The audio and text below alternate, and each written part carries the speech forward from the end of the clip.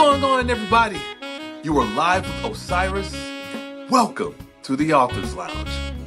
The world is filled with storytellers, and I, along with my guests, are here today in the Author's Lounge to help educate and inspire the young generation of writers and creators. Now, my guests are professionals in publishing, writers from a wide range of formats, and successful entertainers. They will provide beneficial advice on what to do and what not to do on your path to success. So, without further ado, I'll present to you our next guest. Let's go. Out of your day to tune into today's episode. I feel so good and very much blessed to have opportunities to speak with other creatives across the world, creatives who are also entrepreneurs in spirit or literal entrepreneurs that's also in the creative space. Today, I have a wonderful guest who has quite literally taught all across the world. And I will let him dive into the people who he's met and what he does as a profession. So, without further ado, I present to you Professor Josh Dishman. How you doing today, good sir? Thank you, sir. Appreciate it. Looking forward to it. Of course. Now, normally I do a little short bio, but for people. But what you have done in your life and the people who you've met, I would much rather it come from your mouth. So, like, if you don't mind, just kind of breaking down the people who you've met, and then what you're a professor in, and then where you've taught at. I've been very blessed. When I was in 1956, we went to Walt Disney World with my parents, and all I wanted was a Cinderella watch. No, sorry. All I wanted was a Mickey Mouse watch. Mm-hmm. And we moved shortly after that. My father was a commanding officer of a military base, and we moved to France. In France, my mother at Christmas time bought a Cinderella watch with a pink band. And that taught me more than almost anything in my life. You would think a young boy wearing a Cinderella watch would be a really no-no. Mm-hmm. But what it did teach me, at first I was embarrassed, but then I became embarrassed because I learned that the embarrassment was my feeling bad that my mother didn't give me Mickey Mouse. But she looked all over France. In 1956, we didn't have the internet. We didn't have Wi-Fi. And she was really blessed to get that one watch. And she thought she did something great. And when I learned the true lesson was that she spent a lot of time giving me a gift. And that gift taught me a lot. So I would wear it around the house. And one day I went to school and I forgot to take it off. Mm-hmm. And a girl came up to me and she said, "Oh, can I wear your watch?" And she was so excited because it was Cinderella. Yeah. And I said, "Sure." The boys in school used to beat me up, but the girls loved it. Mm-hmm. And it taught me about how to be noticed. Mm-hmm. A couple of years later, it had to be like 1950, 1960, I guess it was. We're living in Virginia. And I used to always wear berets and suits and ties when other kids wore jeans and T-shirts. We were living in Virginia, in Radford, and President Kennedy, who was running for presidency, came to Roanoke, Virginia. I had a suit and tie on. I was with my school class, and I snuck away and went around the back and went up to the security guards and said, "I lost my parents." Well, they thought I was part of the procession because I had a suit and tie on. Other kids didn't. So they thought that I was part of the Kennedy clan. So they took me over the fence and put me on a table so I could look for them. Well, soon enough, President Kennedy came towards me and he walked directly right up to me and the table collapsed. And when the table collapsed, he was the first one to grab my hand and get me up. Mm-hmm. Well, all of a sudden, I learned that I can meet dignitaries and different people just by the way I appeared in front of them. Mm-hmm.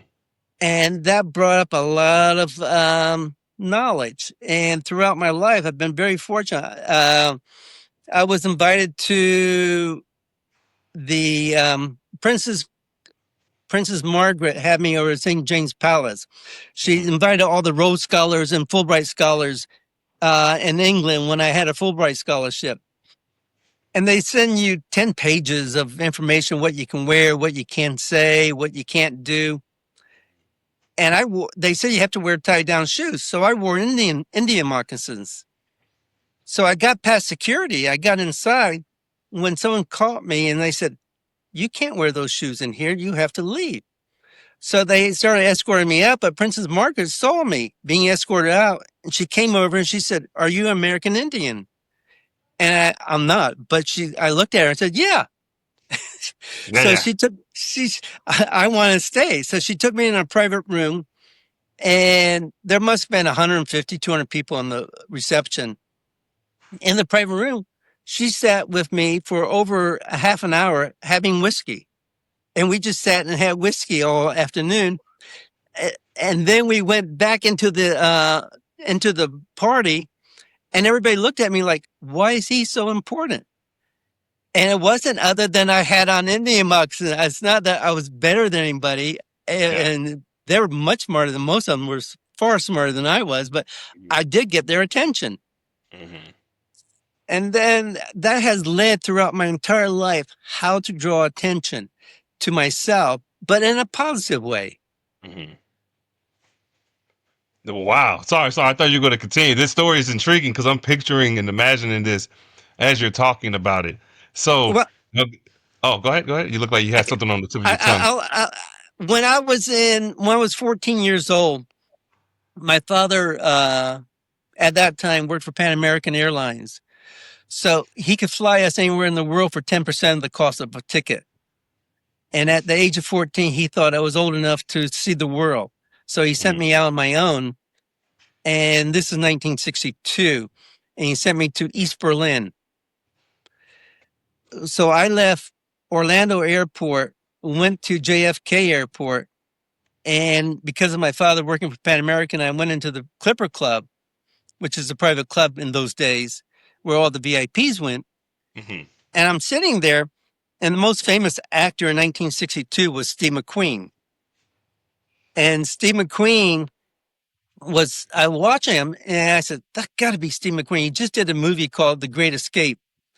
And I'm watching him, and he went to the bar and ordered a drink, and they shook their head, and I see him leave the Clipper Club.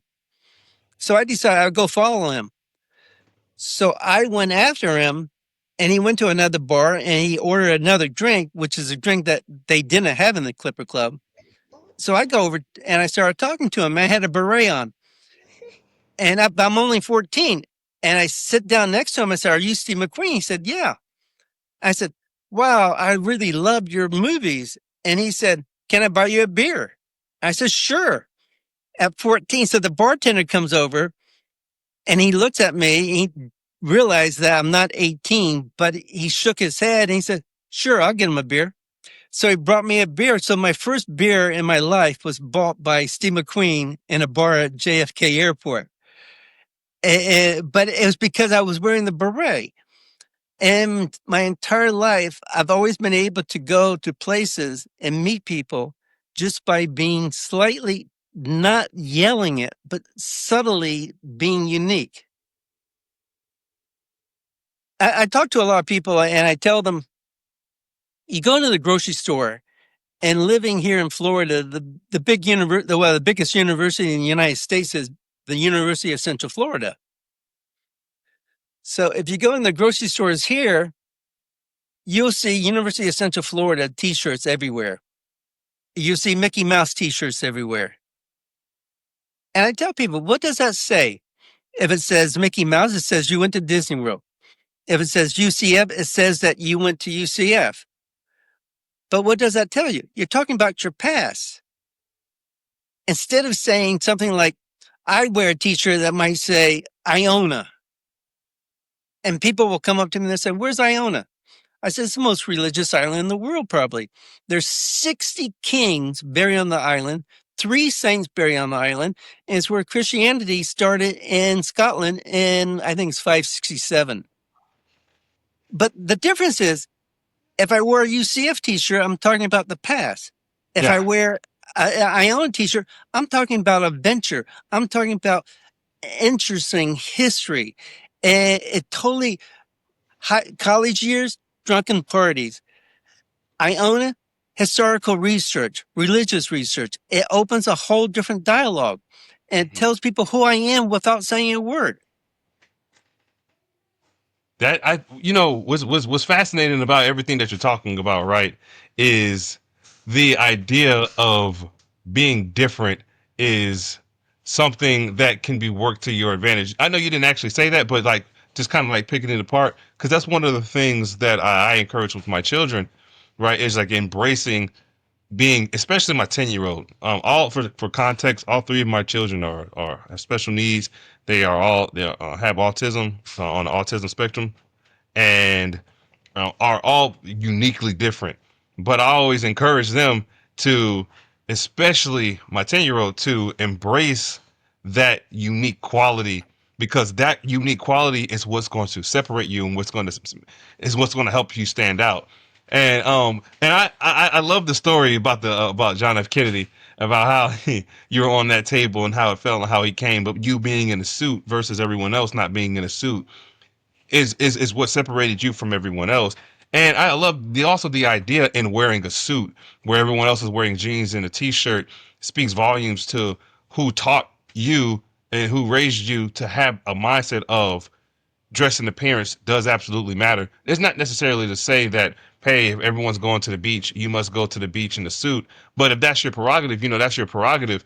I think there's a lesson that can be learned in all of this, and that is simply it is okay to be different, because people don't understand different, and a lot of them bully or pick at those who are different. And like you wearing that Cinderella watch, and that little girl coming up to you and saying, "Hey, can I wear your watch?" Whereas the boys, especially back probably during that time where it was a little bit more homophobic, or it's not okay to even wear certain colors or do certain things without it being deemed a certain way. And right now, people are much more free in the not everywhere, but more of an idea of, hey, like if I wear a bedazzled, sparkly pink watch with pink earrings, people are less likely. And I'm not just saying that because you're wearing pink. I actually have a pink bottle right here, and the bunny, and my bunny on my book cover is also pink. And so, but yeah, it's just a coincidence that you're also wearing pink. But I can wear and do whatever I want without me feeling like I'm going to be ostracized in the masses. Probably a little different than when you went to school and the boys were picking at you. But what I'm mentioning this is because it speaks volumes to know that even then, that you know that, okay, they're picking at me because obviously I'm different with what I dress, what I wear, and what I have right here. But you know what? That little girl noticed me. So let me hone into that at a young age. And that seems to have persisted throughout your life as well. Is that a safe assumption? Oh, that's point blank right Yeah. there. Yeah. So how has that, now you had mentioned too, I know you talked about the princess. There was another one. Goodness, he's something with, I don't want to get the countries wrong, but it was a guy, and I think he's a prince of some sort of country. And Well, there's Sheikh Mohammed, yeah, Muhammad. the Yep. Yep. ruler of Dubai. That's what it was. The ruler of Dubai. Yeah. Yeah. Yeah, I was actually in Bogota, Colombia in 1992. And I was with there was a beauty pageant and Miss Colombia. They were doing a celebration for her. Mhm. And I was invited to the party. I went to the party, and somebody had just came back from Dubai in 1992. And they said, wow, there's this new frontier land. It's like the Wild Wild West called Dubai over in the Arab world. You won't believe it. They're going to make billions and billions, if not trillions of dollars. And I said, wow, I want to go there. So Mhm. I bought a ticket, went there, and I happened to be a Fulbright scholar. Yeah. And I got there, and when I arrived, I was elected to the board of directors of the Dubai International Art Center, Mhm. and because of my Fulbright. Yeah. And we're having meeting, and they do their annual show where all the members exhibit their artwork. Well, I said, why don't we invite the locals, the Arabs? And they said, no, we're an expats group. We don't invite the Arabs. And I said, whoa, you live in their country and you don't want to invite them? Yeah. Something's wrong here. And I said, let me do a show. And if I do a show using your name, is that okay? And they said, sure. Well, in the history of the country of United Arab Emirates at that time, and I going through a number, I'm not 100% sure, but I think it was the highest amount of money ever given away was approximately $5,000. Yeah. So, and that's in the whole country in Mhm. 1990. This is actually 1994 by this period when I was doing the show. And I said, okay, they've only given away $5,000 in the country. Let me see what I can do. So I Mhm. went to their bank, the Dubai National Bank, and I said, I want $50,000. And they said, $50,000. I said, yeah. And I convinced them. I said, I have the history. I'll invite all these international judges and we'll put it together. Well, before I know it, everybody was behind me. Yeah. And then I got the Royal Crown Plaza give me the space, and I got Emirates Airlines give me like 50 tickets. Mhm. And then Sheikh Ahmed, the CEO of Emirates Airlines, asked me to join him at a party. Before I knew it, Sheikh Mohammed, the ruler, was there. And before I knew it, I said, would you sponsor me? And they said, yeah. And next thing I knew, I'm part of their society where my Dubai International Arts Center, they're left out with all the expat, but I'm with the locals and I'm watching it grow. And I was very fortunate that we did this art show, and the winner was the Abdul Karim Reyes, and he's a national. So all of a sudden, all the nationals behind me voted me into their art society, which is Yeah. I was the first non-Arab to be voted into their society, Mhm. which is a huge honor. Yeah. And I got noticed, and one thing led to another. I got my office given to me, and before I knew, I was on different committees. I was appointed to write the national art curriculum for the whole country Yeah. as the only non-Arab out of a group of 7. Well, that made me feel really good. But then to take it further, I was sitting with some friends, and the most famous off-road race in the world is called the Dakar Rally. And the Dakar Rally is for 2 weeks. It starts January 2nd, I think it is. Mhm. Every year, but it's 2 weeks off-road racing across different countries. Yeah. And at that time, it started off in Paris. You drive around Paris and go down to Spain. You drive through Spain, then to Morocco, then into Dakar. Well, I was with some friends that had raced locally. I said, Yeah.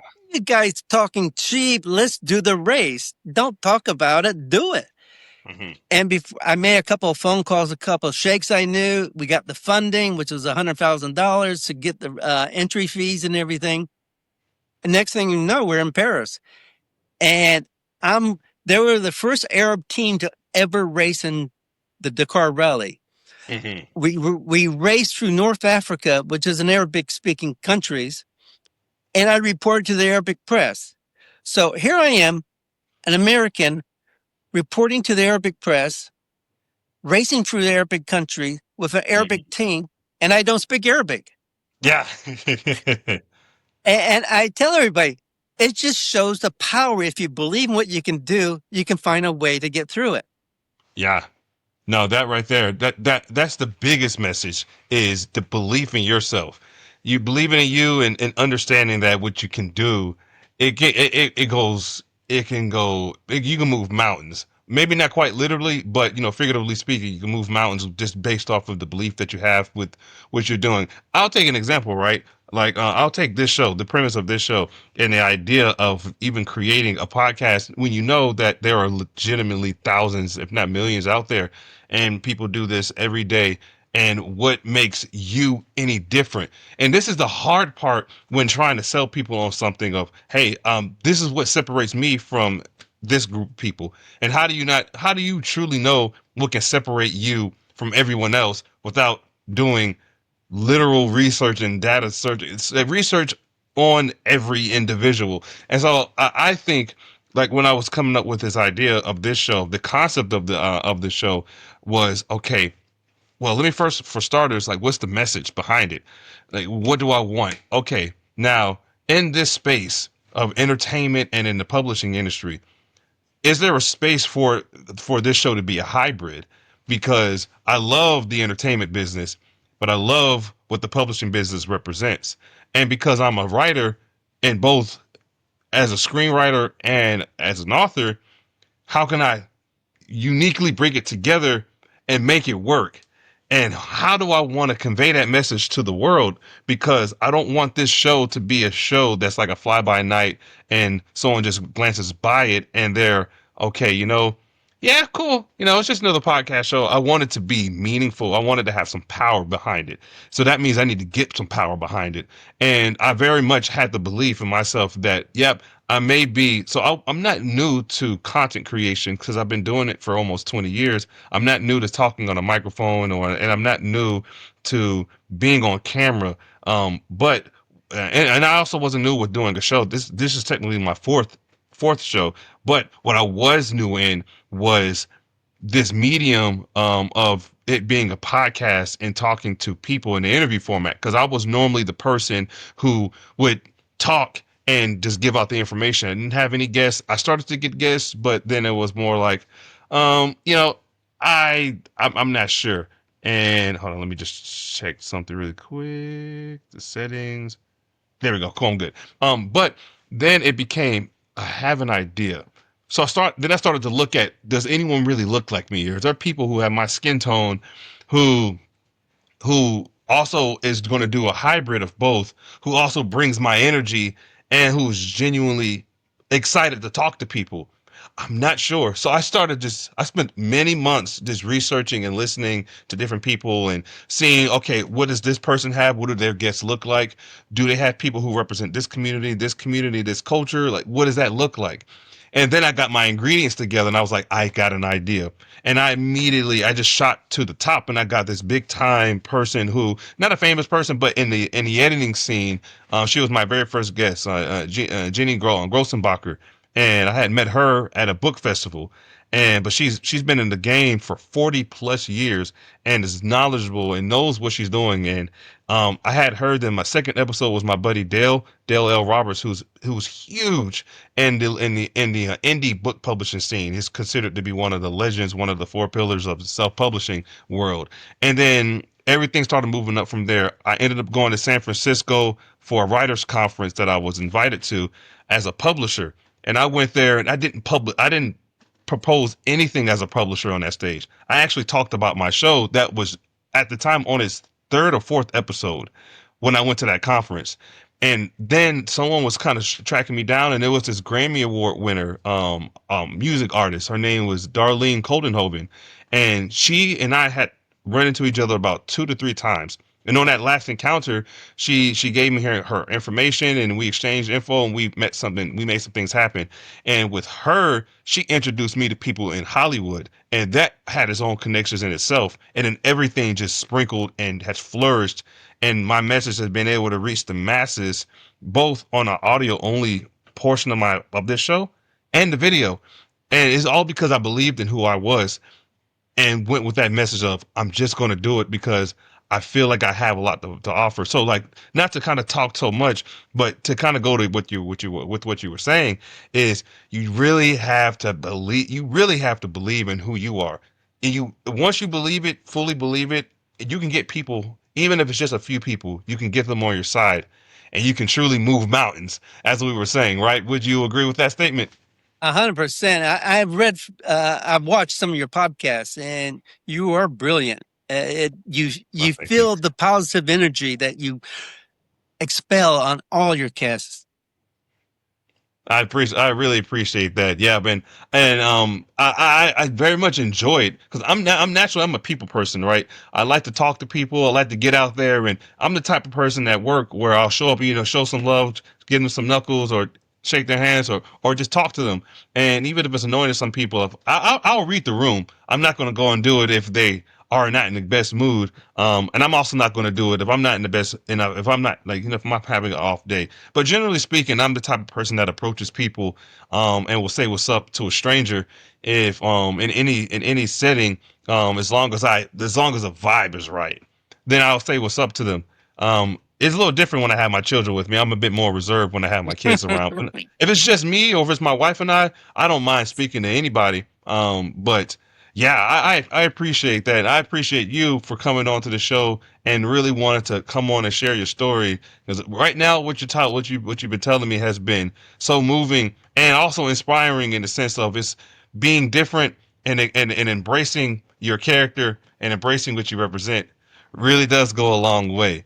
And I want to ask you. So I know you mentioned you're a professor and you're also a writer. Um, do your classes. You dress studiously. I really love your appearance and even in your profile picture with the yellow and this one with the pink. You have a style to you. Is this generally your is this your makeup, your look to you as a writer, or is this just you as a person? I'm curious.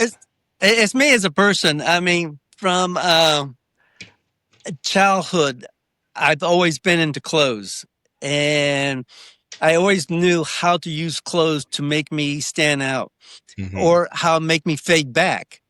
All right. There's when I was living in Pakistan in 2002, uh, right after 9/11, I was in a bombing, I was in a shootout, I've been in major protests, and it's because of the clothes I had on that I blended in with the Pakistanis, and I was able to maneuver my way through different crowds. But on the other side, I know exactly how to stand out in that crowd if I wanted to. And it was taught to me at the Cinderella watch was a good lesson.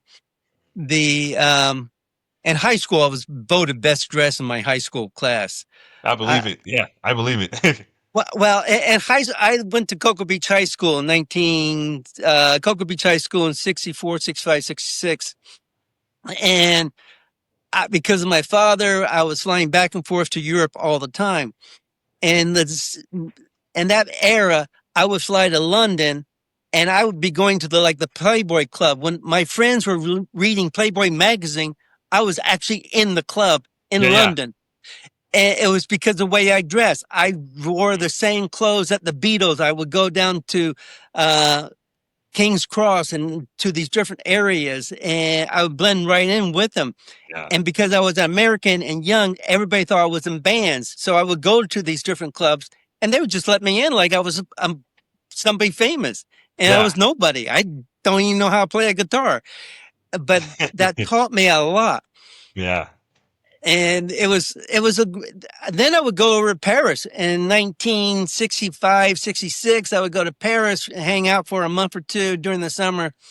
And that was when free love was all about and the peace movement. I'd be like a hippie. Then I'd Hmm. come back to Cocoa Beach and I'd be a surfer and I'd put on my surfing clothes. Yeah. But I knew how to blend in different societies and fit right in like I belonged there. That's awesome. And Now, how much of that now, like, so with you being an author, right? I know your book isn't out just yet, but so your concept in what you dress like, it very much aligns with a representation of you, which is also a representation of you as a brand when you look at it at that perspective of, hey, you are your own brand, you are your own marketer, your own advertiser. But do you look at how you present yourself to as a representation, as a brand representation, or is that not something that's a thought process right now? no, it's just natural. It comes right out. My wife, I have a lot of clothes. I mean, a lot of clothes, more than most. Yeah, I yeah. feel guilty to tell you how many clothes I have. But my wife, which is her name is JURGITA .DISHMAN, Jurgita Dishman. you'll get to Dot Dishman on Instagram. I think she has 3,000 or 4,000 followers, and she takes our photographs every time we go out, Yeah. You and to have to show share our that link different with me. outfits. Yeah, you have to share that link with me. I'd have to look. Yeah, I will.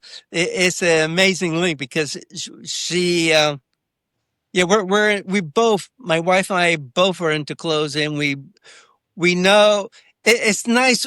I'll go to the mall, Mhm. or I go to the symphony. Wherever I go, if I go to the mall, I'll get some rapper that is like 20 years old, that is hip with all the gold chains and everything, Mhm. and tattoos and ink everywhere. He'll come up to me, nice shoe, bro. Yeah, Where did yeah, you get them? And I'll say, oh, Camper or one of the different brands I wear. Or yeah. we go to the symphony and we'll hear, wow, what a nice looking couple. And my wife's 20 years younger than me, Mhm. and she's in amazing shape. I mean, she's a beautiful, beautiful woman. And people will look at us and they'll say, he must have a lot of money. I don't have any money. I just dress well. Yeah. Uh, That's but I funny. get the invitations wherever I go. Yeah, for sure. That's I, awesome. I have to tell you one quick story. I was Yeah, in yeah. Nairobi. Actually, I was in Santorini Mhm. in Greece, and I was with a friend, and we were at a nightclub, and it was like 2 or 3 o'clock in the morning. Before I know it, my friend took off, and I was still there. In the morning, I woke up.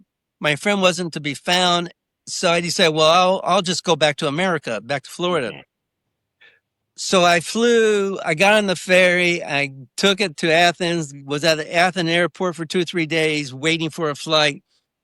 And then I finally got a flight to Frankfurt. And at Frankfurt, I had a ticket that I hadn't used yet to Mhm. Nairobi.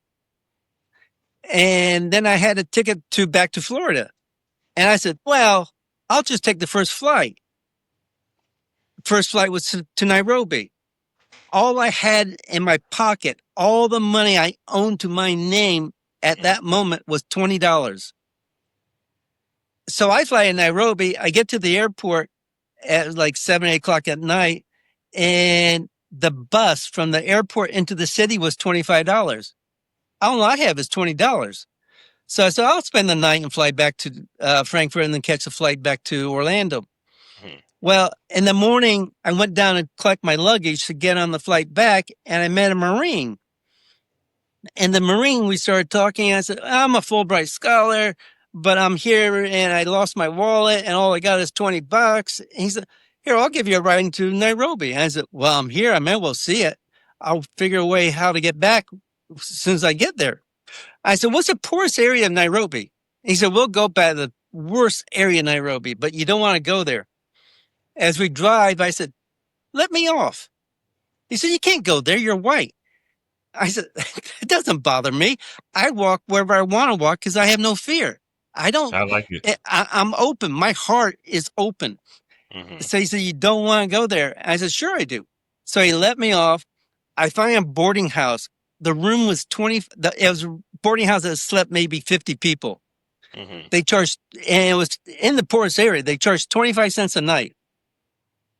And so I paid for the first week. And I would go out and just bum around, meet people, and talk to the locals. And then the Messiah tribe, they have they come in once every Thursday, and they do their swapping to get their stuff, and they sell their stuff. Well, I started selling everything I had to the Messiah. Mhm. I opened my suitcase. I started taking all my clothes and swapping with different people. And I got face masks, and I got tribal gear, and I got bracelets and necklace and Mhm. spears. And they had a chess set. I wanted the chess set. And I was there 1 month on Mhm. $20. Nowhere else did I get any money. And on $20, I lived the entire month. I go last Thursday, and I go to the exchange and market. And I told this guy, I said, I want that chess set. And he said, well, it's this amount of money. I said, I don't have any money, but I have a bunch of stuff I'll trade. And he looked at my shoes, and there were a pair of Belgium shoes. They're called kickers. That was pink. He said, I like your shoes. I said, I'll trade you my shoes. He said, how would you get home? I said, you're barefooted. I'll go home barefooted. Yeah. He said, no, how will you get home? He said, you're going to walk through Nairobi barefooted? I said, you give me the chest set, I'll go through Nairobi barefooted. And I Wow. did. Yeah. Do you still have that chess set? I do. And I Oh, got you this, got it. and I got the spears in my living room hanging on the walls. Oh yeah, you got to show me that picture. You got to or that chess set at some point. I'd love to see it. Wow, what a story. Man, what a story that is. Okay. So let's see, I only got a few minutes left with you. So I do want to ask real quick about your book. What kind of book? I know yes, you haven't finished written and you're already seeking out a means to be traditionally published with that. But if you don't mind just sharing just a little bit of information about the book that you have written is completed, but now you're seeking out representation for. What is that one about? The book is just about my journey through life. And it's about how I learned to be very open and I walk without fear. It starts from my birth and it goes all the way up to my present day. Mm-hmm. And it's a continuous journey. I have a very strong belief in God, Mm-hmm. and Same. God follows me everywhere. And it tells you different segments of my very young age. And then it goes into my college years where I was going back and forth between England, France, and America. I traveled across the Sahara Desert with the Bedouins. And I was living in Tunisia at the time, went to a camel market. And I said, I want to go with you guys. And through interpreters, and they took me with them on their camel and we hit the desert for a couple of months. Mm-hmm. And I couldn't speak to anybody because I don't speak, Bedouins speak Arabic, but they speak a very different dialect. Yeah. And my Arabic is no good and my French is weak at best. So I didn't really I couldn't communicate with anybody. And I got into a situation where they're doing a wedding ceremony or something. And somehow they left me on the desert to Wow. die. Yeah. And I write a little bit about how I was able to survive living on the desert back to civilization and surviving when you wake up on the Sahara and there's nothing around you but desert. I walked towards the sun and fortunately I got the right direction. That's awesome. It took a couple of days, but I got Yeah. there and didn't die. And this is a true story, or this is just a fiction? No, this is true story. Okay. True Okay. story. Yeah. Man. Yeah. So pretty much everything that you talked about today on this episode is directly involved in some aspect included in this book. Yeah. I also talked about this. One of the smartest people I've ever met in my entire life. I've been with Rhodes Scholars, Fulbright Scholars, rulers, presidents. The smartest person I've ever met was when you go to Sousse in Tunisia, Yeah. if you're a tourist, you've got 50 kids asking for money. Mhm. As soon as you get off a bus, all these kids come up, give me coins, whatever. And I met this one kid that was 7 years old or 6 years old. And he was the smartest kid I've ever met in my life. He was smarter than any of the professor I met. He dressed slightly different. So people came up to him. Yeah. He spoke a half dozen languages that you could converse with him and say, how are you? What are you doing here? And I knew him for about a year. Mhm. And he was making money. He was a sole provider for his family just from money. But people would go up to him instead of the other kids they would go up to them. So I asked him for dinner one night.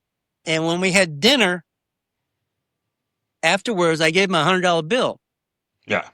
And he said, $100? I said, this is the cheapest dinner I've ever had in my entire life. I've been with all these people, but you gave me the most insight. You gave me the most education. For $100, I can't even imagine how cheap this dinner was because you made my evening that would last as a memory forever. I'll say this.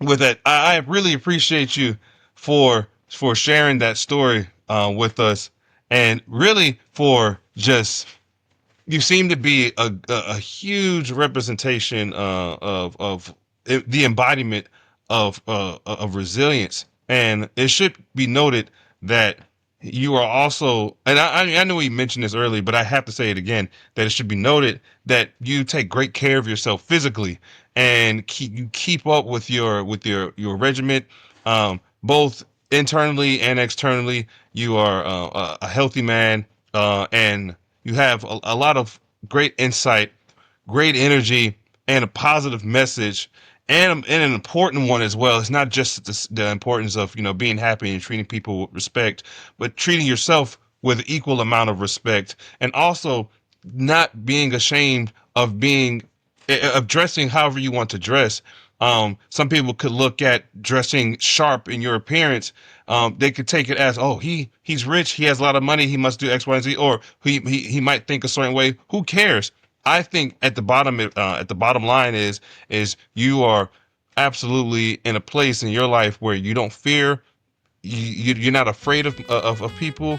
You don't fear who you are and what you represent, and you're also someone who is very much open with the idea of just spreading joy into the world. And I appreciate you very much for doing that and for coming on. Before I let you go, you have any closing remarks? The only closing remark is I'm the guy that you'll see in the parking lot and a grocery store that will take the empty cart back into the grocery store.